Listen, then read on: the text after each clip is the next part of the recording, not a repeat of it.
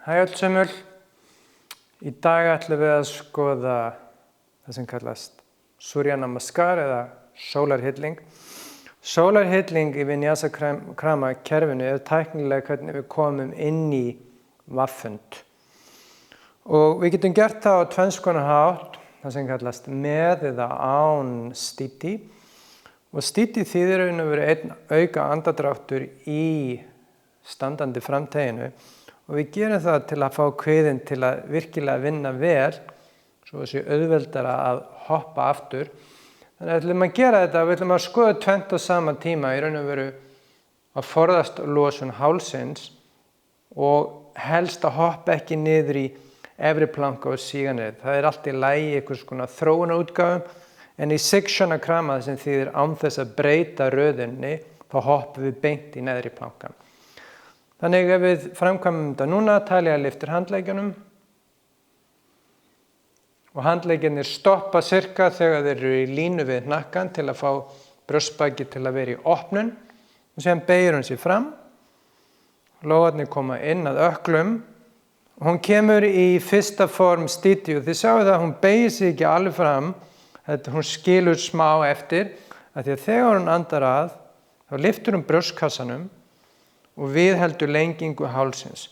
Leið og höfuðið losnar, ef að Talía horfið fram, þá verður liðfall hér og mjóbakið sveigir allt of mikið sem þýðir að maginn vinnur ekki eins vel.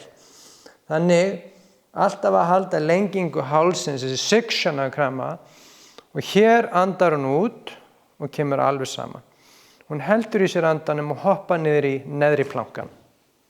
Okay? Og ef hún kemur núna upp í efri plankan, þannig að það sem gerist oft er að fólk hoppar aftur í efri plankan og sígur síðan niður.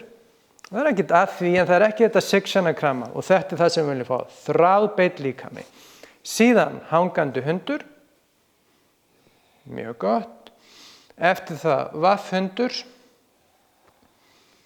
og þá er við komin inn í stöðuna. Síðan höldum við aftur í okkur andanum eftir útöndun og þá hoppum við fram í standandi framteygju og síðan lyftum við handleggjunum, bringan kemur upp og síðan losum við handleggjuna. Og þetta er það sem kallast Sikshana Krama í vaffhund. Testið þetta heima, sjáu hvort þið getið hoppað beint niður í neðri plankan því þið tæknilega að hoppa og beygja olnbogana sama tíma. Ef það er of mikið, hoppa aftur í efri plankan, síðan síga niður. Það þýðir bara að þið þurfa að halda í ykkur andanum mun lengri tíma. Þannig að testið þetta, sjá hvernig þetta er fyrir ykkur og ég vona þetta sé hjálplegt.